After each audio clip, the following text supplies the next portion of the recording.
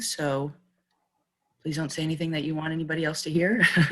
All right, so we'll go ahead and start officially. Good morning, everyone. My name is Maria Grando. I'm the Title V Grant Coordinator. Thank you for attending the first session of the Allen Hancock Financial Literacy Workshops for high touch faculty and staff. I'd like to introduce CJ Julep, who has over 25 years of experience of creating and delivering personal financial workshops and is working in partnership with the California Community College Chancellor's Office on this initiative. We also have John Pearson on the call, who works alongside CJ as a consultant for the Chancellor's Office. So a little housekeeping, I'll be recording these sessions and emailing them once they are available on the Allen Hancock YouTube channel for those that want to participate and receive the certificate of completion but cannot attend the live sessions. I will also create an Outlook calendar invite for the rest of the workshop series. So everyone on this call will be added to that, and feel free to decline if you don't want that on your calendar. But for the rest of the workshops, I'll be able to attach any sort of documents that we want you all to check out for the sessions. And I will be attaching a few to the chat box in just a moment. And also I'll be monitoring the chat box in case anyone has questions throughout the sessions. And we encourage your participation, as this workshop is for you all to gain a better understanding and feel for your own personal financial skin. And with that said, I will open up the floor to CJ and have her take it away. Great. Thanks so much, Maria. Again, thank you all for being here. Appreciate it. Want to give you a couple different a different lens that you might use as we go through this together. As Maria said, it is the first of 5, and we have, we're going to run the gamut of money management concepts. Want you to absolutely feel free to ask questions, unmute, pop in the chat box, but this is an interactive opportunity for you to really be able to think about what's going on in my own personal life and how might I then translate this to speak with students. So my passion is personal financial wellness. I've been in this business, as Maria said, about almost 30 years. And I am a personal financial wellness consultant with the Community Chancellor's Office with the California Community College system. And I'm also a recovering banker, so don't hold that against me, but I come with all sorts of different baggage of that.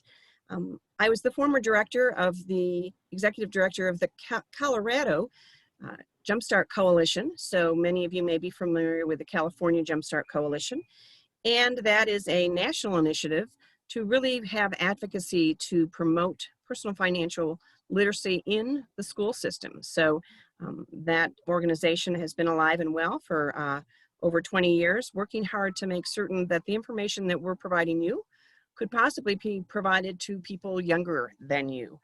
Speaking of which, my background, as Maria said, I have worked with individuals from the age of 5 all the way to 95. So I am a big believer in the fact that it's not about the money, it's about the knowledge. So this workshop was really designed with 2 specific objectives. The first, as Maria said, is to provide you with a little bit more comfort in your own personal financial skin.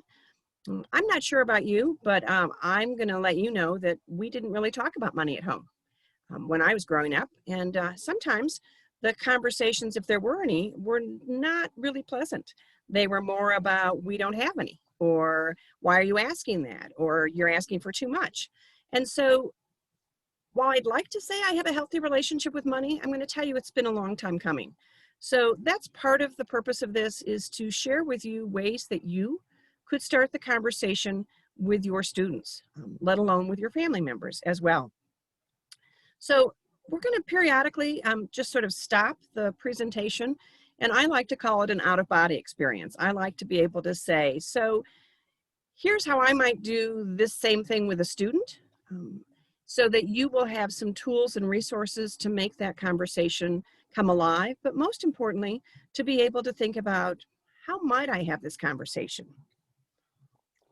Another lens that I want you to understand is that I approach personal financial literacy different than most standard approaches, which means that I'm against preaching. So oftentimes we get sort of a bias, our own bias, and we decide there's a right way to have this conversation. All my years of experience say I don't know that that's true. So I may sometimes approach a topic that you go, whoa, I don't think that's right, because I'm pretty sure I've never heard that. So please challenge me, take issue. Let's have a robust conversation as we go through this together, because that's how we learn. And everyone's opinion is valuable and valid. And it's a great way to get those different perspectives. So I hope that you'll feel comfortable over the time of making that conversation robust with me. So let's get started. I've got screen sharing, and as Maria and I talked earlier this morning, sometimes technology is a beautiful thing, and there are other days when it's not. So one just hopes.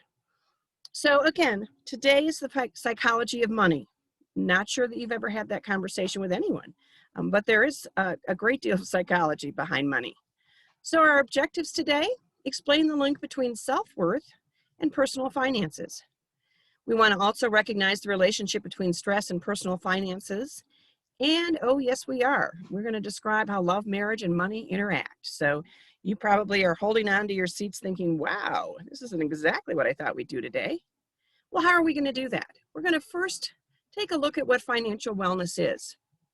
We are going to figure out what our money attitude is, have a conversation about our money mindset. We're going to look at money scripts, and one of the opportunities for you after this workshop is to actually spend a little bit of time with a worksheet that would give you more information about your money script. We're going to figure out what stress got to do with it, and then money and relationships. So the first thing we have to think about is, if we're going to talk about wellness, well, what is that? And according to the National Wellness Institute, wellness is an active process through which people become aware of and make choices toward a more successful existence. Well then, now we've got a generic, sort of broad, but what's our own view of personal financial literacy, wellness? Pardon me. I'm going to ask you to humor me. If you will, you can do this by phone or you can do this on your computer. If you will, go to www.menti.com.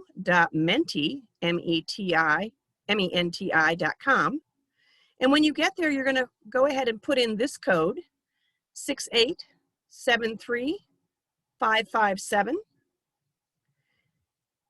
And if you will, answer the question on the board. And Maria, if I could have you put that code in the chat box just in case somebody needs that. Again, 6873557. So let me get to where I need to be for that. And again, we have that wonderful thing that I don't have. Did I get that correct, CJ? 687. Yes, you did. And I see that I have to go someplace else for a moment to get what I need. So my apologies.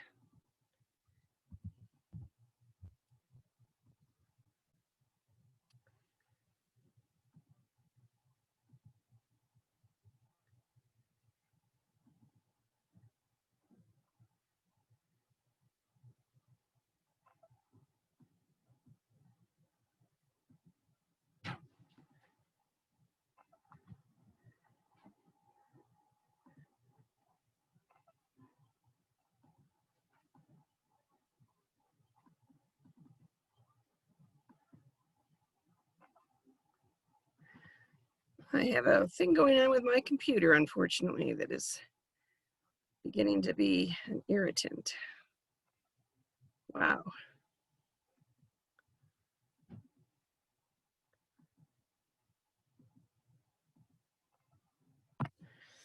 My apologies. I am seeing what you're writing, but I'm not being able to show it because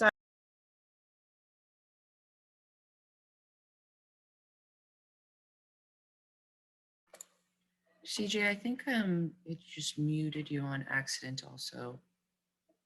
Or maybe I did that. Is it, can I ask you, let me see, I'm trying to ask you to unmute, see if that works.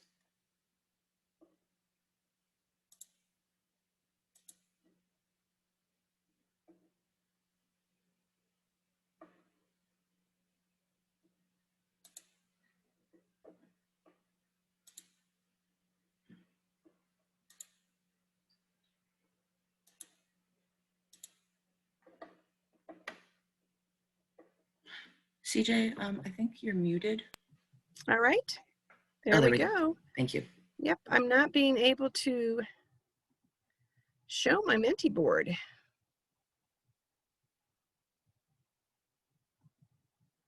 This is uncomfortable to me. Huh.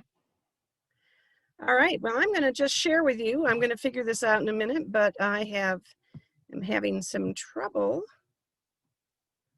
getting it to cooperate with me today.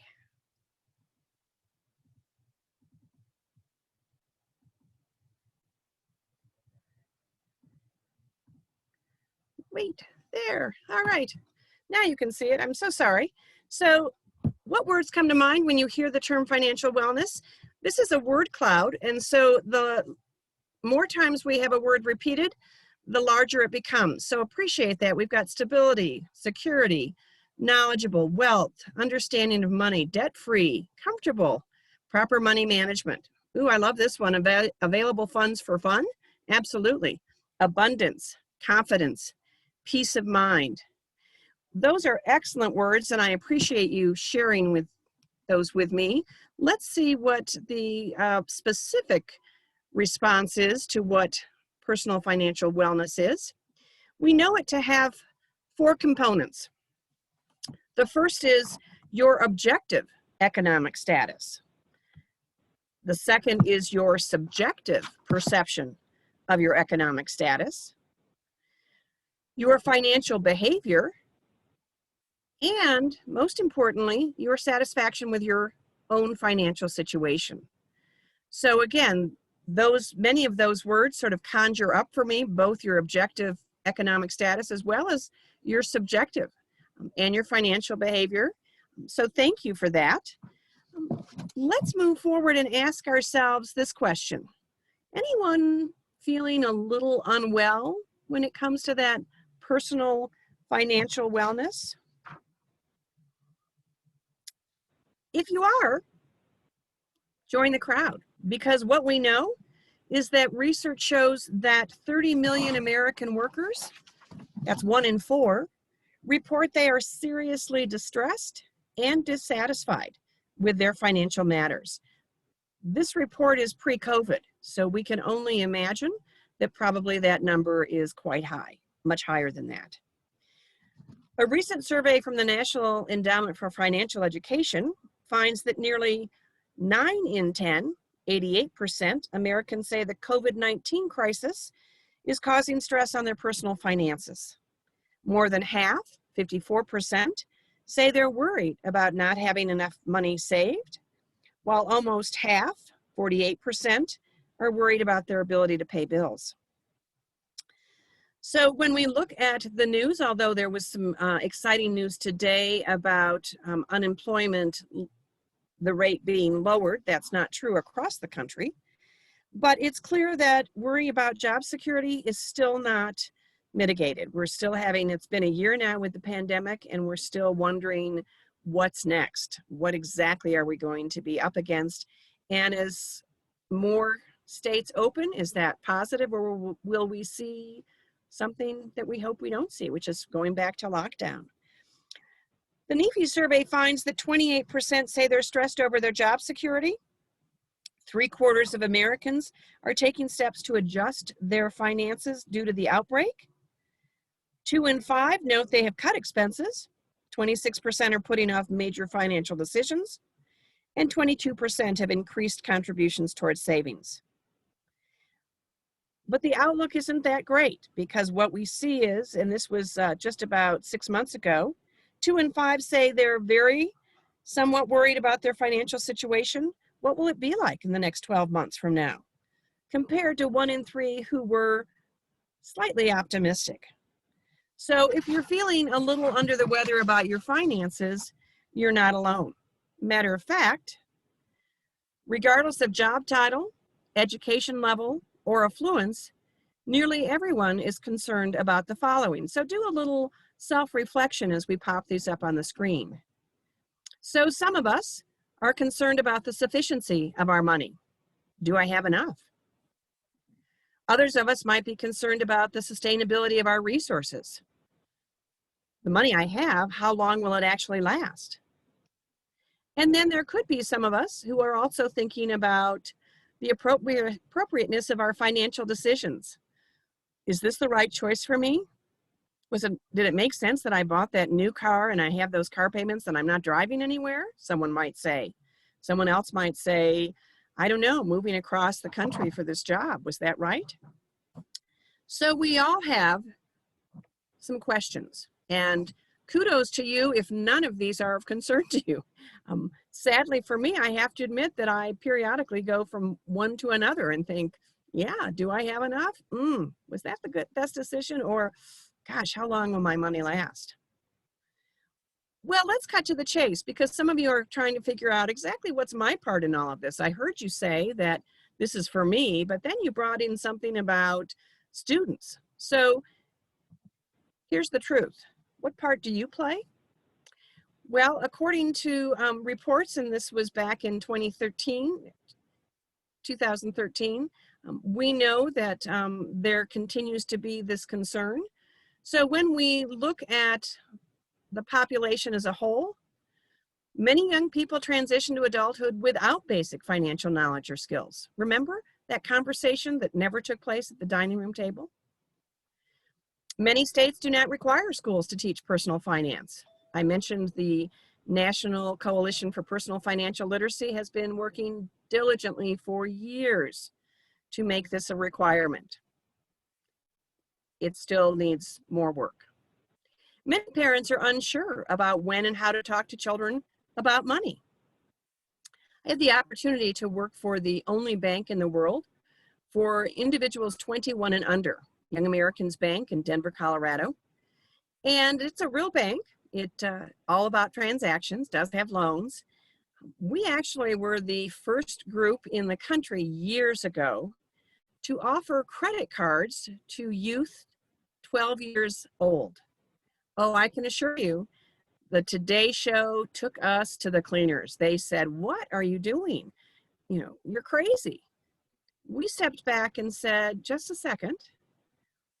What about teaching someone at a young age about using credit for convenience, which is really what it was designed for, so that you wouldn't have to carry around a lot of cash. You could pay with plastic and then immediately go home, write the check in those days, and pay that bill. But they wanted to hang on to the fact that we were creating credit monsters and people were going to be in debt when they were 14. Well, in all reality, the amount that you could borrow on your credit card at age 12 was $100. I know you can get in trouble with 100, but think about back in the day before the Credit Card Act came to be, you could get on a college campus and they were giving you credit left and right, along with a full year of pizza and a athletic bag and maybe a subscription to a magazine. They were all over campuses up until 2010. So maybe it's okay to start a conversation at a young age. People ask me oftentimes, well, when is the right age? And I say with experience and confidence that probably 5 is a great age. And people are aghast and say, 5? And I say, well, do you take your child to the grocery store? Do you take them shopping with you back pre-pandemic? People say, well, yeah. I said, and do they always get you right at the checkout stand where all that stuff is? That stuff that is just at the right height for a 5-year-old to suddenly go, wow, I need that. Yes, they say. I said, well, that's the time to have a conversation, because I've already got a conspicuous consumer at age 5 because they're right there checking it all out. So 5 is a great age. But if we haven't had that conversation with a 5-year-old, then a 15-year-old is a great age, and a 20-year-old, and a 25, and so forth. Here's the startling fact, something that I think we want to mitigate on our college campuses. American consumers often learn about managing finances by making mistakes. Well, let's see if we can't maybe change that up. So I'm going to ask you to take a moment to think about your money attitude.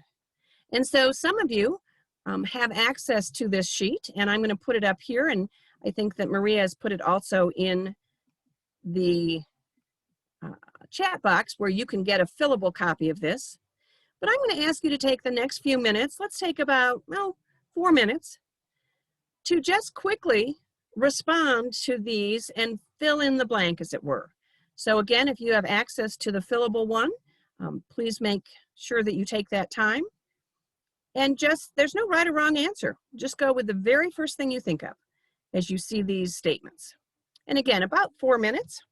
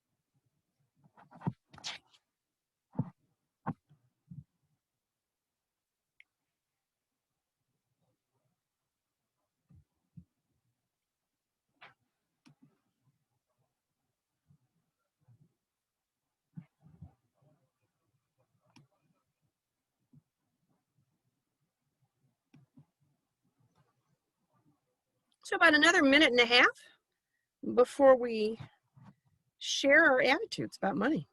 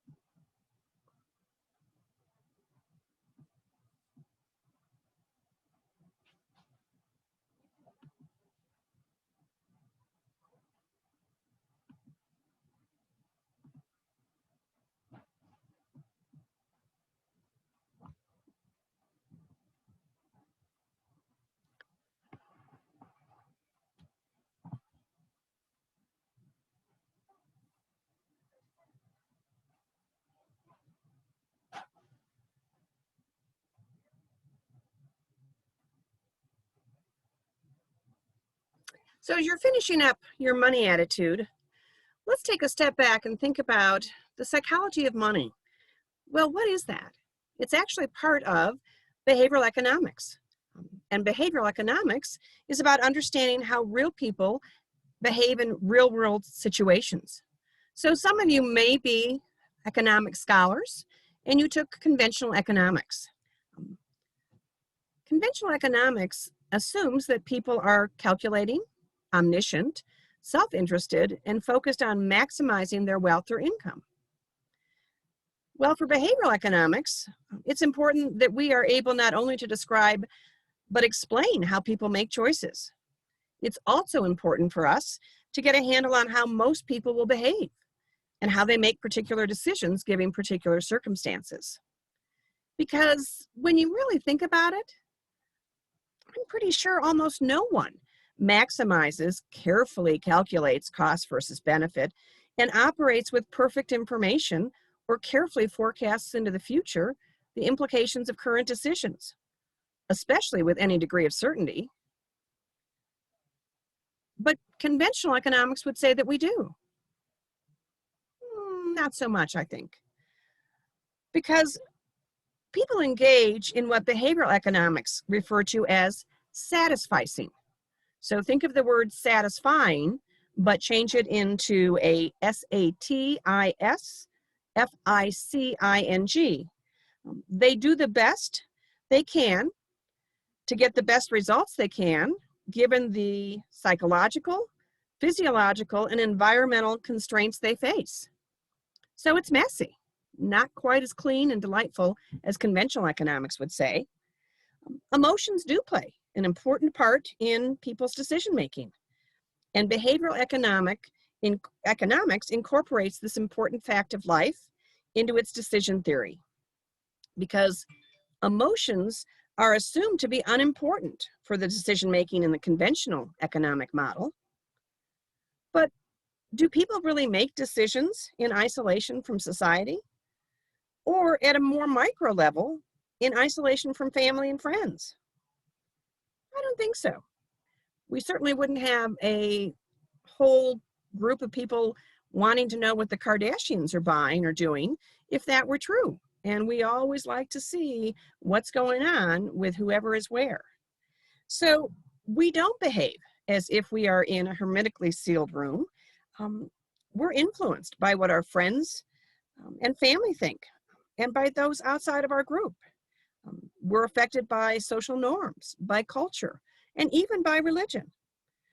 So our decisions, especially when it comes to money, can be significantly influenced by people with whom we identify. Our level of happiness is absolutely influenced by our desire to fit in. So when you think about those of you that might have children in the school age, August was always my least favorite time. I thought I spent a lot of money at the holidays, but man, back to school clothes, wow. Because what did my children want? Everything everybody else wanted. So they had to have a perfect jeans, or they had to have this shirt, or they had to have a certain shoe. And I'm thinking, really? But that's that desire to fit in. And pretty soon that back to school price tag was huge. And current decisions are based on past decisions. So I'd like to see, if you don't mind, I'd love to have you share with me your money attitude. So go ahead and unmute.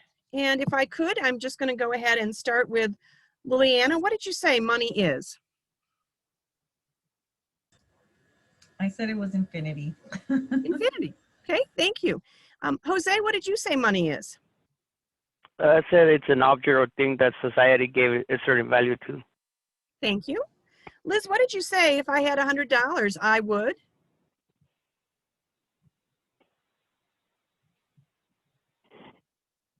I'm calling you out, Liz.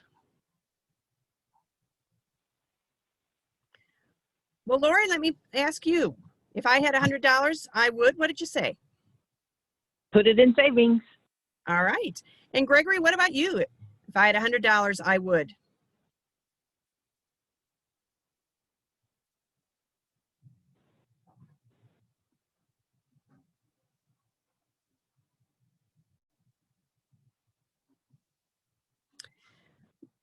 Jacqueline, how about you? I put that I would spend it on food. Great. Okay, Gregory, thanks. Go on a mad shopping spree. I appreciate that. And let's see. Oscar, what did you say for, I think, people with lots of money?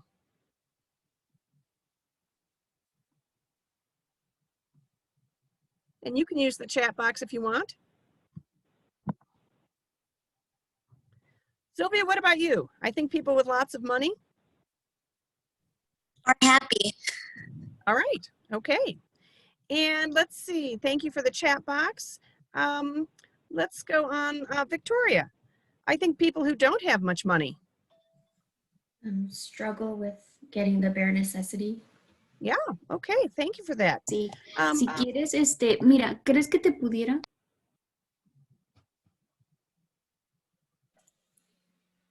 Oh, sorry, CJ. Looks like she just hadn't muted yet. Okay. So how about when I retire, I want to have? Anybody want to answer that one for me? Financial stability. Ah, financial stability. All right. How about when I have money, I? Who wants to answer that one for me? Feel content. Feel content, and someone else said spend it. Give it And when to I my don't wife. have money, I Feel anxious. feel anxious. Yeah, distressed. Yeah, all of that. How about when I need or want money, I Work. work. Yeah. Or budgeting. Go to my savings account. Very nice. Thank you for that. So one of the things I want you to think about is that we rarely have this conversation with ourselves, let alone with students or family members, because your attitude doesn't make it right or wrong or otherwise, it just makes it yours. So how you feel about money is yours to hold dear to your heart. And what I want you to think about is that rarely do we start with teenagers or younger than teenagers, and especially college students of whatever age, and just simply find out where they're at. We oftentimes go in with a little bit of judgment. So part of this whole process of working with students about their personal financial wellness is adopting a sense of curiosity versus judgment. That's hard for some of us because we have worked hard for our money. We have some very specific beliefs and values around those kinds of things. But after all, they're ours. And so what about the person with whom you're speaking? What are their values? What are their attitudes? When I work with young people, this is where I start because I want to understand how close we might be or how far apart we might be. Again, no value judgment. Just, is this someone that shares some commonality with me, or are we already a little bit off skewed? So I encourage you to use this worksheet. Any of the worksheets that we use in these workshops are yours to then use with students or family members. So feel free to start the conversation with what's your money attitude? Because I can assure you, most people have never thought about it, and very few people have been asked to share that. So let me just make sure that I can answer any questions if you have any with regard to this activity. And for folks that maybe tuned in a little late, we had provided a document in the chat that is titled Money Attitude, and we're just reviewing that. Sorry, go ahead, Marina. Oh. Wasn't sure if Marina had a question or was just muting there. Looks like I cannot view the document. Let me go ahead and reattach that for folks. Thank you for letting me know. And you could decide when working with students that maybe just a couple of these questions. It's not paramount that they do all of the answers to this, but it does start the conversation. So I'm going to encourage you to use that as a way to just get some sense of where this individual comes. You also probably, as you were listening to people share their attitudes, you probably took a look at what you said and thought, that's not what I would say. And that's what's so great about this, is that everybody has an attitude. The real question is your attitude helping or hindering your personal financial wellness? Because as we know, attitudes can be changed. So that's one of the things that we want to keep in mind, is that we don't need to beat up anyone for their attitude, but we do know that we could change that quite a bit. Well, we've just assessed our attitude toward money, which can be a reflection of our history, our money history. Your money history directly impacts your relationship with money. And everyone's history is different, even within the same family. So I have 3 older sisters, and I can assure you, we sometimes get together and I feel like we didn't have the same parents. We did. We had the same biological parents. We grew up in the same household, but there is a 10-year span between myself and my sister. And interestingly enough, what I remember most is that when I was in my formative years, my 2 older sisters were in college. And so the conversations that I overheard in my household were my mother and father arguing about bills that pertained to my 2 older sisters. They had, gone on a shopping spree, or what were they thinking? And, why did they think they could come home for Thanksgiving when it was miles away? So all sorts of different conversations, which impacted how then I reacted when I had the opportunity to go to college. So when the four of us get together, my two older sisters look at my sister and I, who are closest in age, and say, that didn't happen. We go, oh yeah, it did. That was the year we didn't really have any money. And they go, oh, that's not true. And then we look at each other and laugh and say, because you were in college and you were spending it. So the histories are different depending on even within your own family. So think about that for a moment. But your history is based on your memories you have regarding having money or not having money, possibly how you were treated with allowance. So I'm going to take a little non sequitur for a moment because this is a hot button for me. But oftentimes we decide that allowance is connected with family chores. But I want you to step back and think about the fact that there's sort of 6 of one and half a dozen of the other who say, I don't think that works. So when you say to a child, I'm going to give you an allowance, oh, you didn't make your bed, Maria, I'm taking 25 cents back. Well, first of all, that's a mathematical nightmare for a parent. But more importantly, what does that mean? Because let's be realistic about your situation today. You're working, which is fabulous. Now, your employer isn't really going to say, gosh, Jose, I didn't feel like you gave 110% today. So I'm thinking about taking a couple bucks out of your paycheck. No, your employer thinks, well, so Jose didn't give me 110 today, but I bet he gives me 120 tomorrow. It all washes out. So your paycheck continues to show up with the exact same amount every week or every 2 weeks or every month, however it is that you are paid. And some days you think to yourself, whew, yeah, I had no idea. I just couldn't get it together today. I just couldn't do anything. Because you know in your heart of heart that you're going to work over the weekend to make up for the fact that on Friday you just couldn't do anything. So you're learning how to manage your money because you know exactly what the figure is every time it's deposited. So you can pay your bills and all of that. So why wouldn't you do that for a individual who is 5, 6, 7, 8, or 9?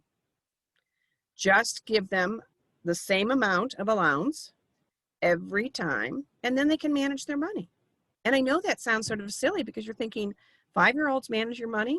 Oh yeah, they're pretty good. But they need the same courtesy. And thank you, Liz, for commenting about having some deduction for not having personal development. So that is unfortunate.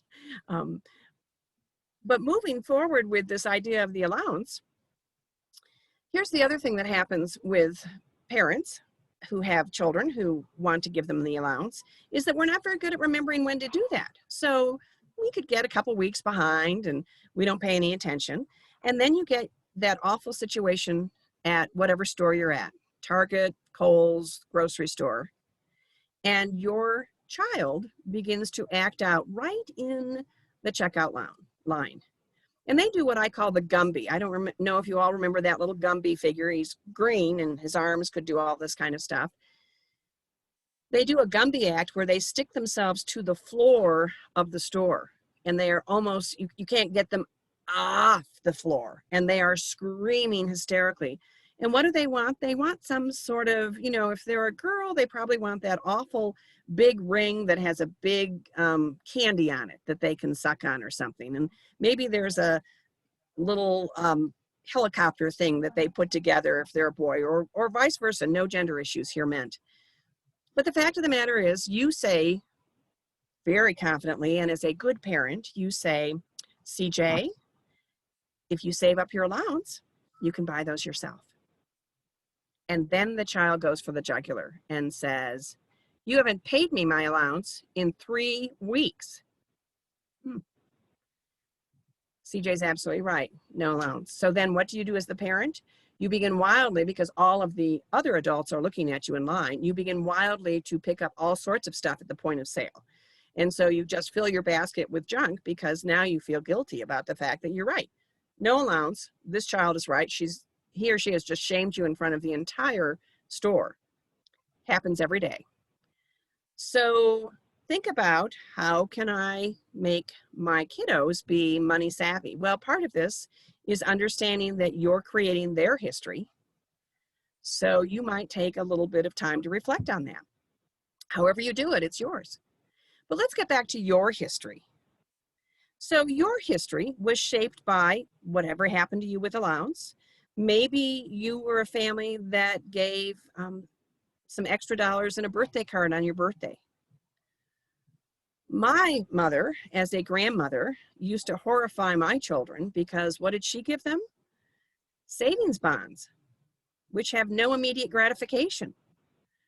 At the time, they were stunned and horrified that their grandparents did not understand what it meant to be a grandparent. Later in life, when they were a little short of cash and those bonds had finally reached their max, they discovered that perhaps they had some very smart grandparents, but not at the moment, I can assure you. Your money history is also shaped by messages from your family and friends and community and society in general. So we're always being encouraged to do something, buy a concert ticket, donate to some different charity, buy more of, or buy in bulk. We get messages all the time. It's really part of what shapes our beliefs about money and your relationship with money. So how you feel about yourself will also impact how you manage your money. What's your money mindset? Well, that's an interesting question because, again, I doubt that many of us have spent a whole lot of time thinking about that because nobody asked us. So first of all, I'm going to ask you to find your sheet of paper that the document that either you can find in the file that Maria has shared. And it looks a little bit like this. And it has some questions for you. And what you're going to do is think about which of those statements, sort of the things that you've heard, like money doesn't grow on trees and whatever the case may be. So take a moment to think about whether that statement that's listed there is something that you believe in, that really does make sense to you about how you feel about your money mindset. And down at the bottom, ask you just for a moment to think about what sort of statement might you create for yourself. It might be one of these that's listed 1 through 12, but it might be something that you've said to yourself. Maybe it was a mantra that your parents used quite a bit. So take a moment to just do a quick reflection. And again, it could be that recurring soundbite that plays over and over in your head, but sometimes you don't even consciously hear it. So take a moment to see whether, if any of those 1 through 12 relate to your feelings, and then take a moment to actually write down your money mindset. We're going to give you about 7 minutes or so to make that happen. And then I'm going to ask you again, and I'll put this up, and it's the same Mentimeter opportunity for you. And it will just be, again, anonymous, but the chance to simply share your statement so that we can all learn from one another. So it's the same www.menti.com with the same code. But take a moment to just reflect. And as I said, we'll take about 7 minutes. And if you've got any questions, pop them in the chat box and I'm happy to respond. But the money mindset is there in the chat box and it is writable, fillable, whatever they like to say.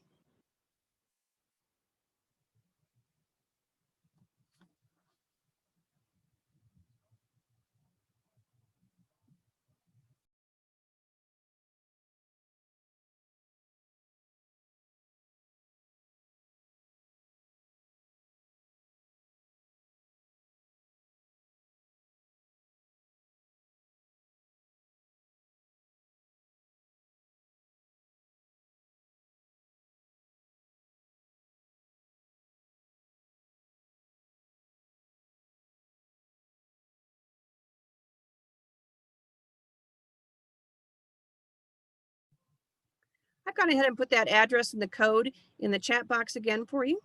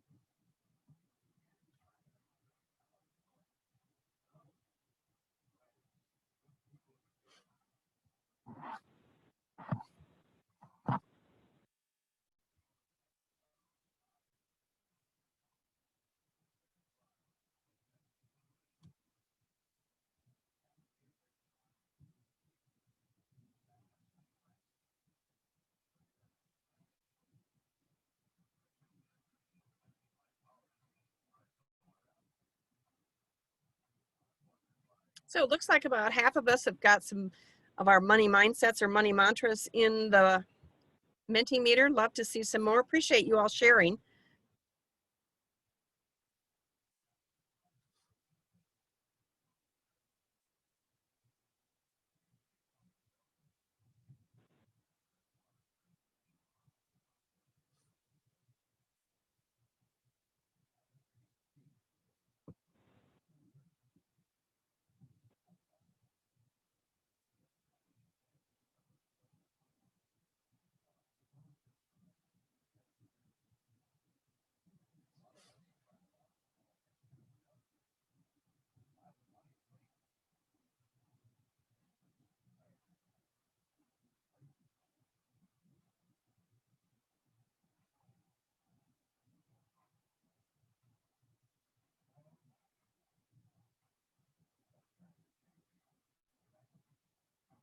We've got a couple more minutes, so we'll see if we get a few more up here. But if you've already put yours up here, take a moment to look at them.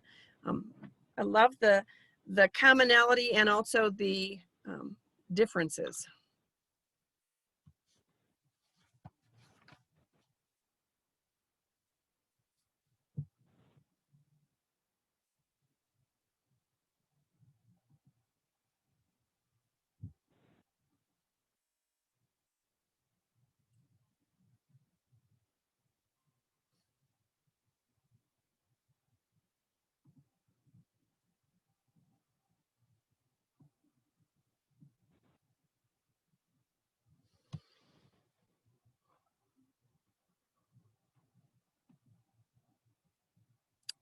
So a lot of mindsets around saving and only buying needs, a little bit about no risk reward. Appreciate the love-hate relationship with money. Money comes easily and frequently. Great ideas about when you look at what is your money mindset. And here's another thing to think about. Part of the puzzle is your family and friends. So do they share your money mindset? Because if they don't, then sometimes you're in this conflict with them because they want to go to the movies and you're thinking, no, I just got paid, I have bills. But then how much do other people influence? Even though we've got a mindset, sometimes it's easy to be influenced. But again, we feel uncomfortable sometimes talking about money or starting the conversation. So again, I think this is a great conversation starter because again, no judgment, I'm interested. How do you view money? So I have to say that as a banker, I'm pretty sure this isn't a really good money mindset, but sometimes I just say to myself, it's just numbers on paper. And that's when I need to allow myself to spend a little bit, even though I've got some debt. So again, nobody's perfect, but I'm interested. Have you ever thought about your attitude? Have you ever taken time to think about your money mindset? And do you find value in having this conversation? Anybody just want to share in the chat box? What do you think? This is a lot of stuff we've done in a short period of time, but you find this interesting to think about how have you been sort of brainwashed into how you think about money?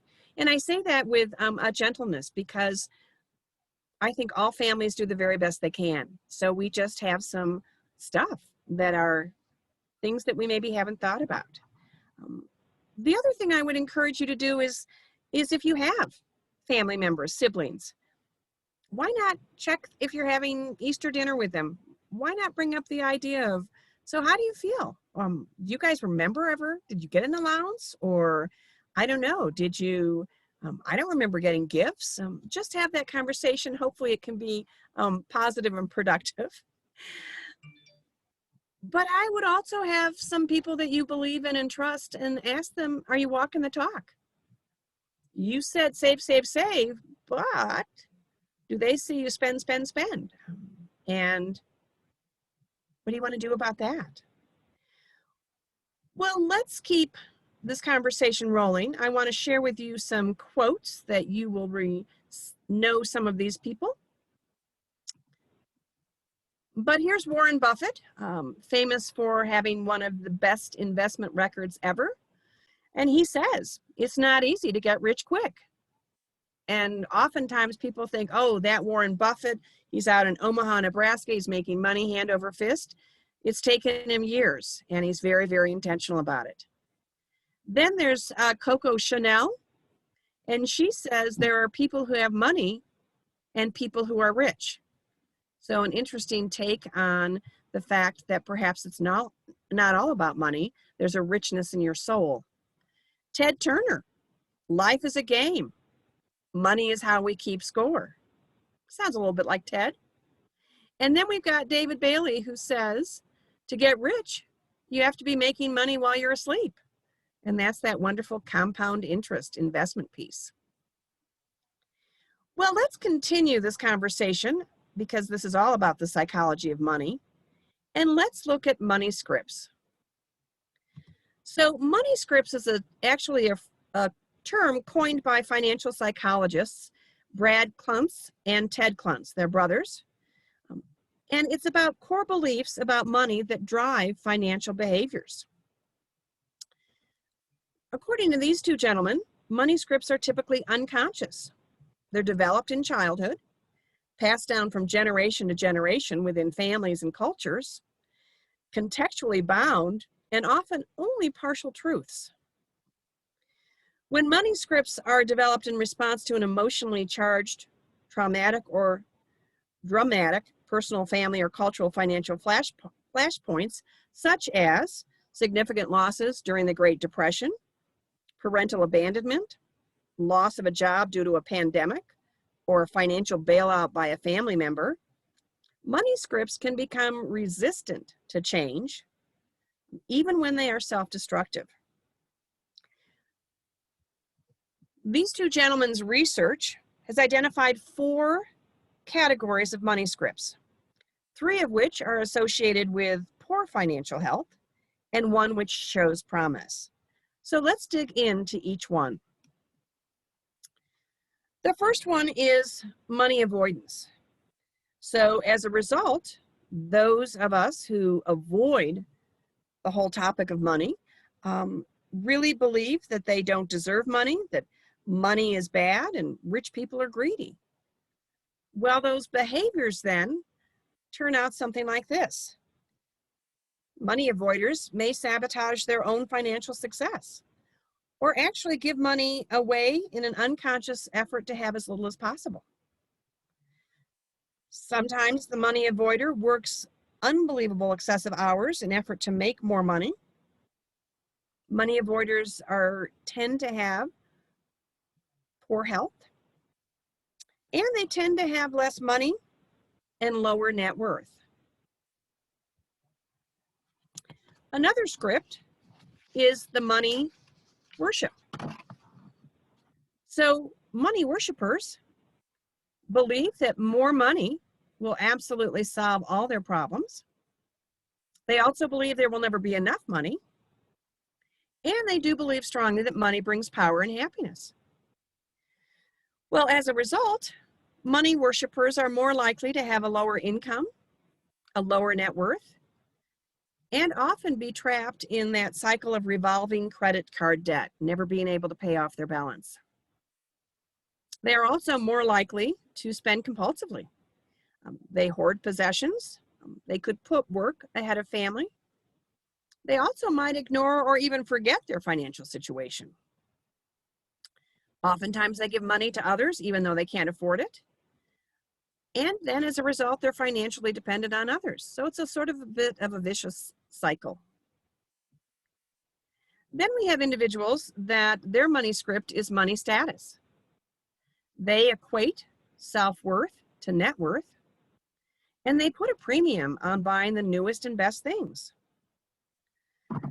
Well, as a result, individuals who have this script in their life are likely to be compulsive spenders. They also are likely to be dependent on others financially.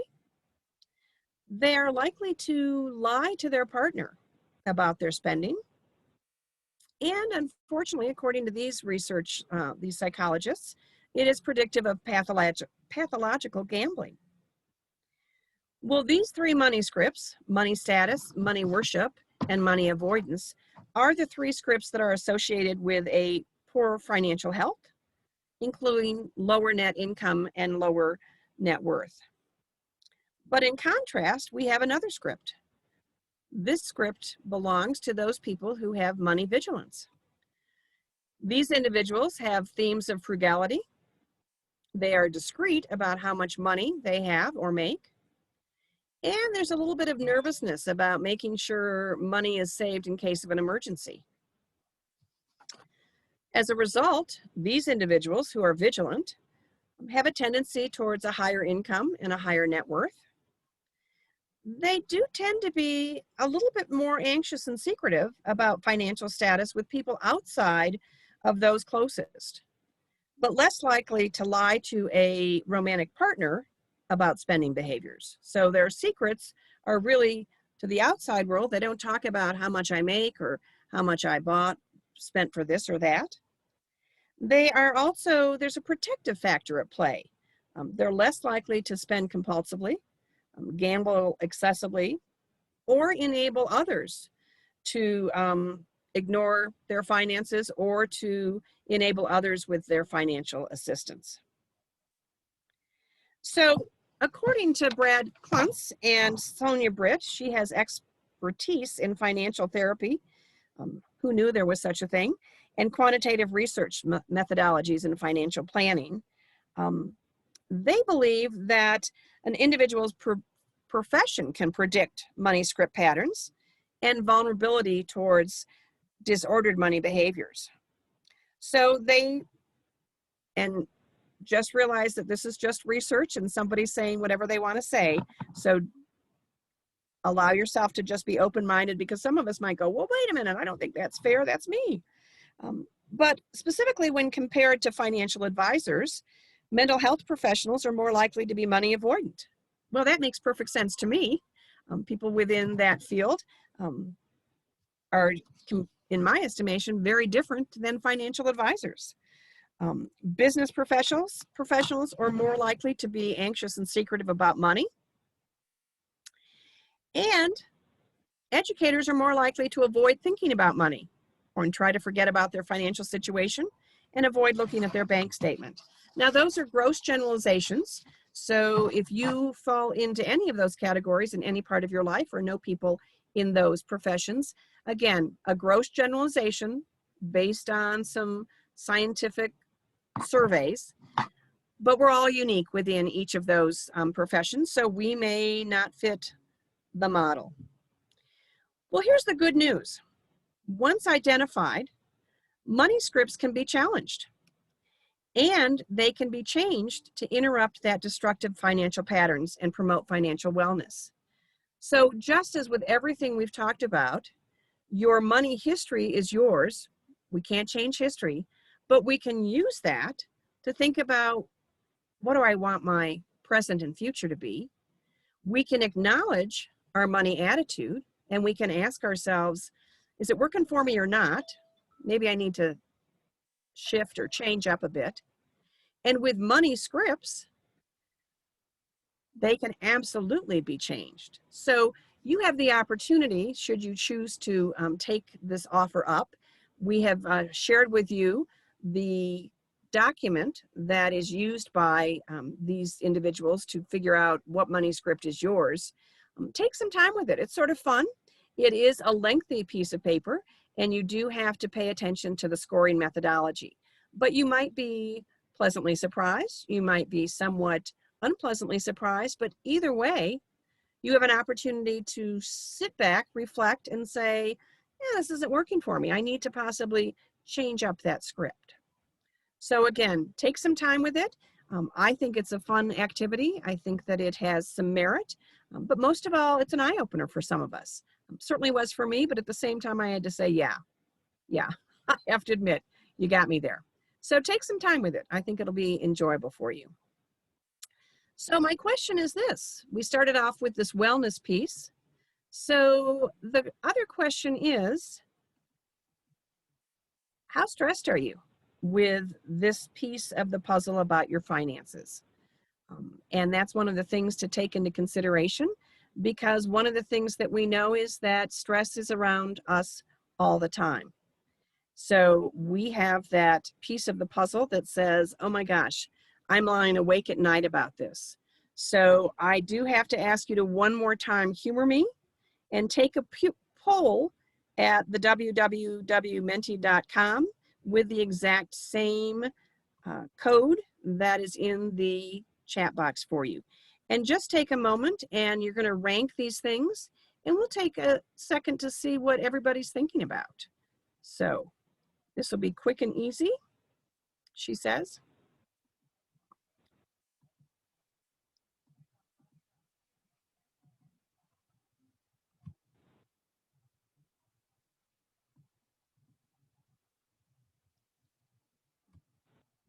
Oopsie, let me see.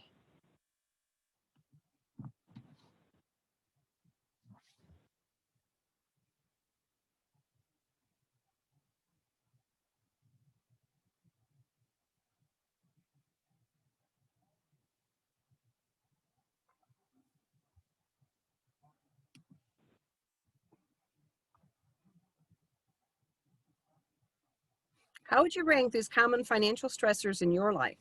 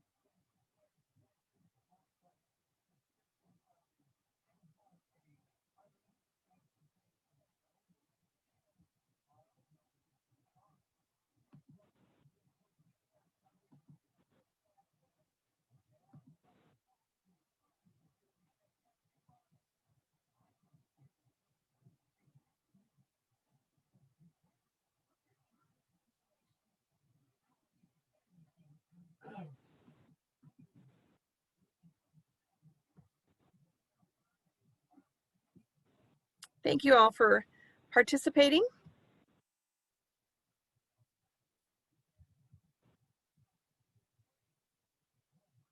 We'll leave it open for about another 40 seconds.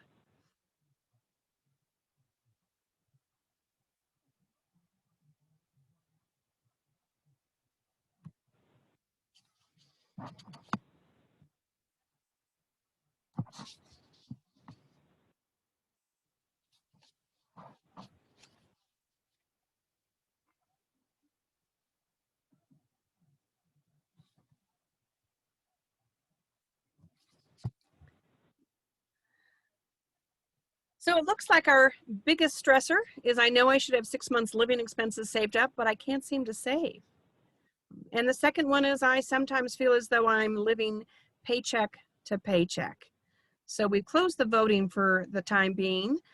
Those are common stressors. And certainly we'll spend a little bit more time talking about that emergency fund.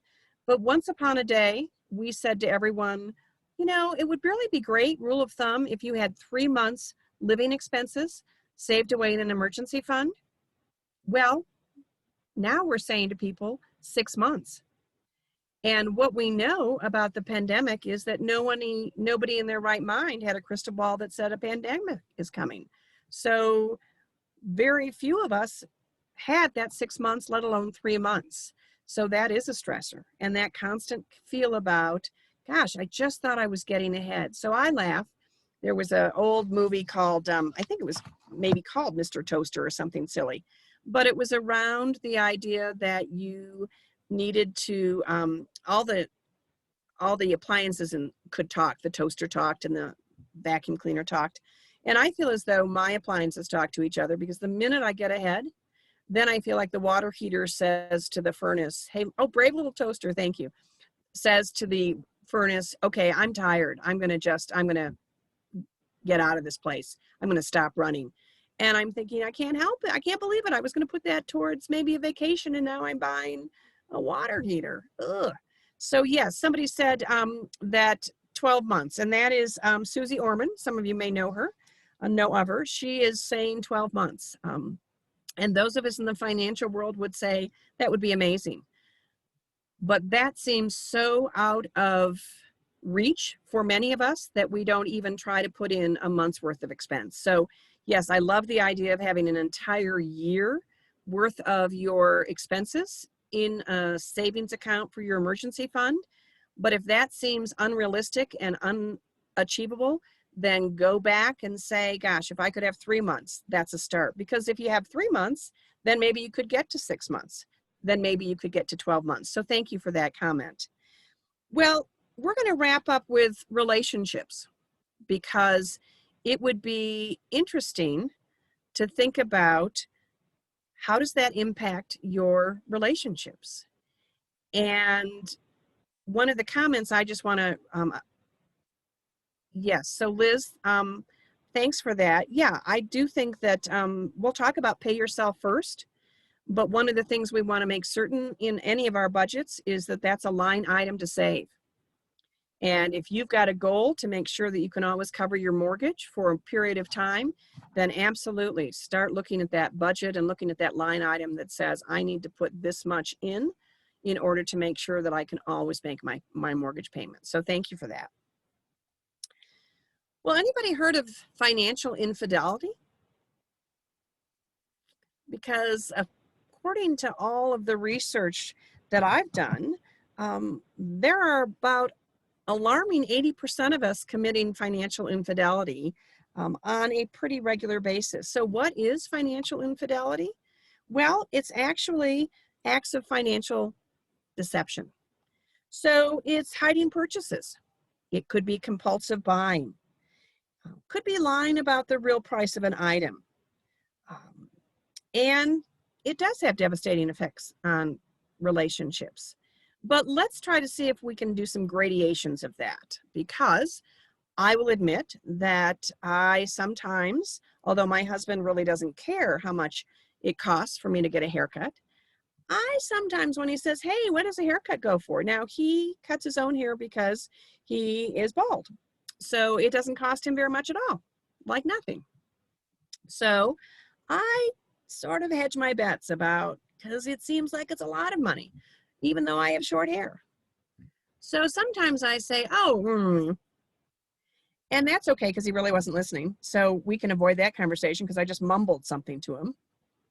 But I'm not sure I've ever honestly said exactly how much it costs for me to get my hair cut, because I don't know why. So am I committing financial infidelity? You bet I am. On the other hand, sometimes I will look in the garage and say calmly, gosh, is that a new whatever?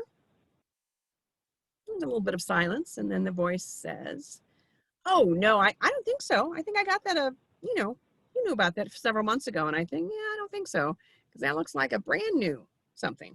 So do we do it because we're trying to hide things? I suppose so. But when we really get into trouble is when we think about, are we doing this actively? Are we doing this intentionally? Do we have a separate bank account that our partner has no clue about? Do we have a lot of things in our trunk? I actually have known people who have gone on shopping sprees, left everything in their trunk because they can't actually bring it out, and they just don't know how to tell their partner that they've got an entire store in their trunk of their car. So how can this make for a difficult conversation? Well, again, if we've never talked about money, we then find ourselves not being able to talk about these kinds of situations. And yet, as many people know, financial infidelity can be considered one of the root causes of divorce. Partners stop talking about anything, let alone money. So I want you to think about what exactly that looks like for you. You don't have to confess. I've confessed to you that I have indeed committed financial infidelity, but I try to do it less and less. So I'm getting my hair cut next week, and so I'm going to really challenge myself to be able to come out and boldly say, this is the cost. Can't promise you anything because I'm pretty well caught in that loop. But let's see, as we wrap up, what we've managed to do today. We've talked about a lot of things, and some of them may be brand new to you, and I'm having that computer issue again. I apologize. There we go.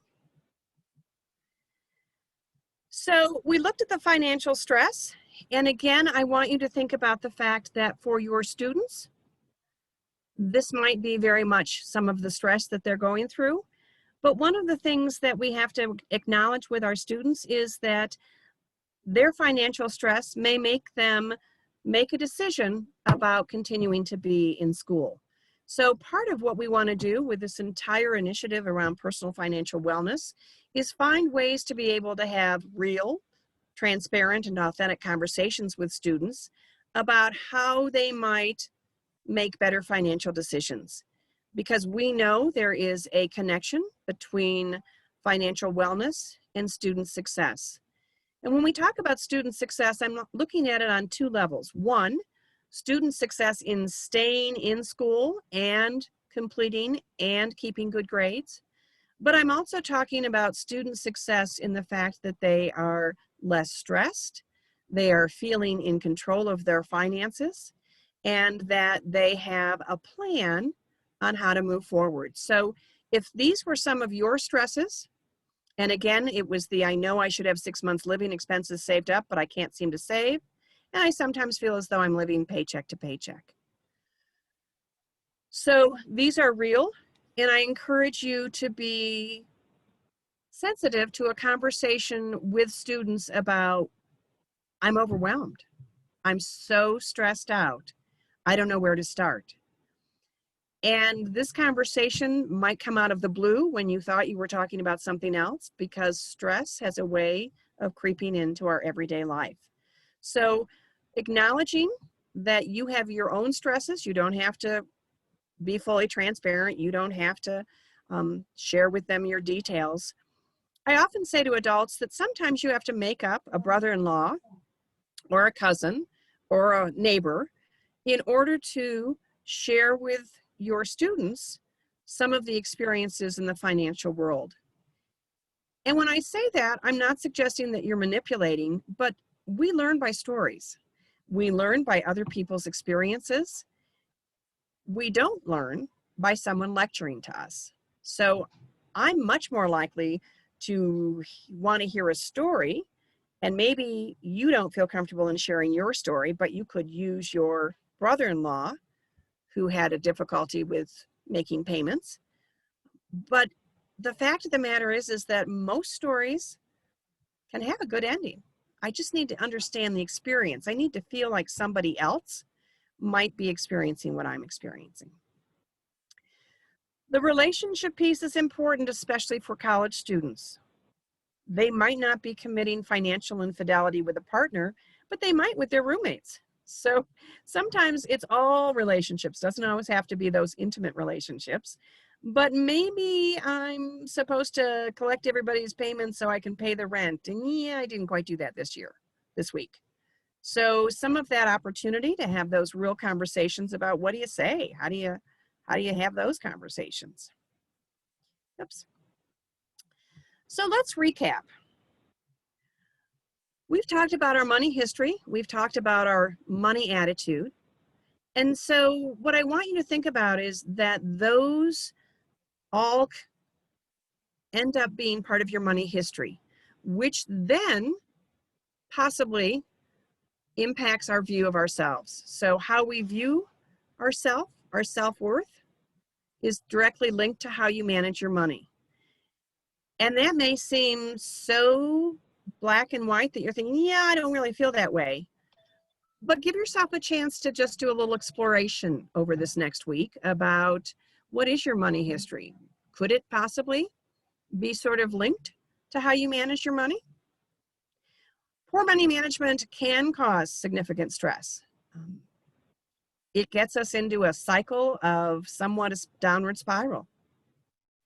And your relationship with money can affect your relationship with other people.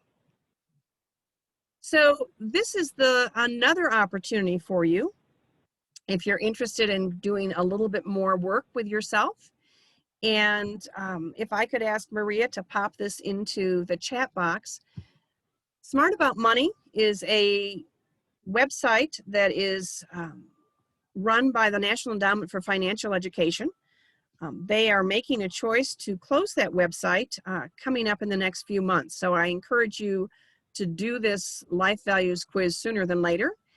It again doesn't take a whole lot of time. It's a well-documented, scientifically approaches really how your values and how you manage your money. So it's a fun quiz. I encourage you to take advantage of that. It's not the same thing as the money scripts. So you've actually got two different opportunities to perhaps pursue some more self-knowledge. So here's the challenge that I have for you for this week. I'm going to encourage you to start a conversation with a family member regarding your money mindset and your money history.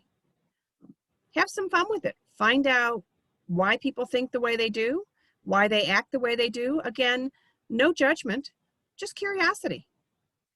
And then take a moment. I've come clean with you. Reflect on whether you may have committed financial infidelity. And recognize that 80% of the world does so on a daily basis. So what's next? Next week, we're going to talk about spending and financial planning.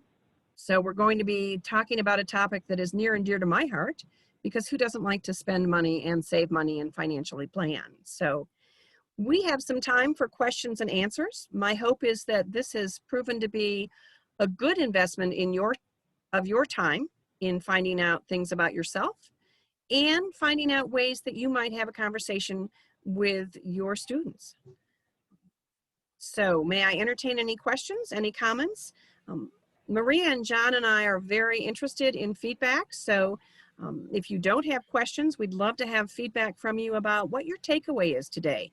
Did you learn something new? Is there something of value that you received from attending this workshop? We would very much appreciate your candid feedback, because we always want to make certain that we're meeting your needs and that we're providing you with information that you can use both for yourself as well as for your students. So if you would share with us that feedback, we'd be most appreciative. Oh, what do I think about giving allowance to kids? I absolutely believe in giving allowance to kids. And here's the rub. It's not how much you give them. It's just that it's consistent and it shows up in their hand every 2 weeks, every week. Because I'll take that a little bit farther, so thank you for asking. I love the idea of teaching money management to your students, your young students, using what we call the 3 S's: spend, save, and share. Oh yes, Maria, you can commit financial infidelity with your own self. I've done it a number of times. I pretend the price tag didn't exist. So spend, save, and share, and this is a great thing for young people. Get 3 mason jars, get 3 boxes, let them decorate, and let them decide that whatever I got, so let's just take $1 and then we're gonna have to make it into 33 cents. But so I get $1 every week from my parents, and I have to put 1/3 in my spend, 1/3 in my save, and 1/3 in my share. Now the share is philanthropic. Young people are incredibly generous. So let them think about what is it they want to give to. Maybe it's Save the Whales, maybe it's the neighborhood food bank, whatever it is. But give them an opportunity, help them a little bit with philanthropy. But let me go back to spend and share and save. The save jar, let's talk about a savings goal. So I will share with you through my experience that when you have somebody who decides that all they want in the world is My Little Pony or a ninja something, Put that down. How much is it going to cost? And then they save for it. Invariably, when they get enough to buy that thing, they go, yeah, no, I want to save for something else. It's a beautiful thing. But let's go back to spend. This is the nightmare for all parents. Once you set this up, you must let them spend the money on whatever they want. They must be allowed to be a consumer. So here's my story. My daughters would like to go, and I'm going to name the store, Target, and they would buy what I thought was already a too small shirt for them. And then they would put it in the laundry, and then I would wash it.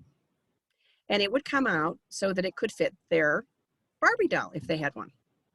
And they would go, I can't believe you, what did you do to my shirt? And I would say calmly, well, sometimes when you buy cheap things, they don't last. Oh, you hated that shirt. You did that on purpose. No, I didn't. Next time you wash it. So that was also my way to get them to do their own laundry. But invariably, something like that happened. Or my son would want to buy some sort of toy of, a helicopter or something. And by the time we got to the car, because he had to open it en route, he had already broken off, the router or, something. And then, of course, it didn't fly. And I would just have to say, sorry, bud. So even though you want to give them advice about what they're purchasing, it's their money. And so you can try to sort of say, well, remember last time that, that helicopter sort of didn't fly. But if they're going to do it again, they're going to do it again. So that's the hardest part. The save part, the share part, parents can do that with a bag on their head, but they can't do the spend thing because you want to save your child. I'm going to encourage you not to, because the only way they learn about how hard they, saved for that money. But the spend piece is tough because you just got to let them do it. So it's a spend, save, and share. It's a great way to take their allowance and let them see the value of money. So I'm sorry that I got sort of excited about that topic. It's one of my favorites, but I do encourage you to get an allowance schedule, put it up on your refrigerator calendar. You must perform though. You must give them their allowance the Friday you get paid or the Saturday after, and you must give them real money. You cannot make things up and say, I'll get you later, because they have very good memories and they will figure it out. So it doesn't matter the amount. The IOU never works with a child because they always want more than you owe them. But do think about, it's not the amount, it's the consistency. So you don't have to listen to any of their friends or their family or anything like that. You just have to say, here's what you're getting every 2 weeks or whatever. Oh, I like that. Minor checking. Yeah. So whatever you want to do with that.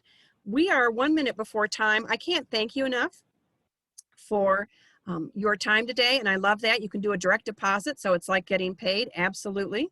There are lots of apps out there that are really designed for parents to be able to be responsible because it's hard to be responsible as a parent when it comes to allowances. I know, I've done that in there. It's your time, 10:30 right on the dot. So again, appreciate your comments in the chat box. Love to keep the conversation going. And what do you do when your child doesn't want money? Wow, I love that child. Send them to me. Just kidding.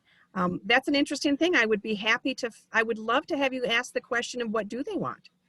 I think that's fascinating.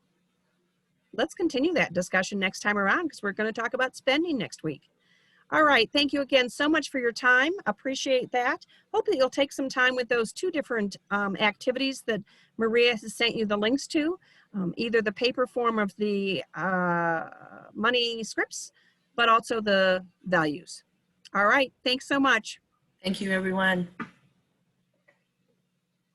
And I'll go ahead and end the recording.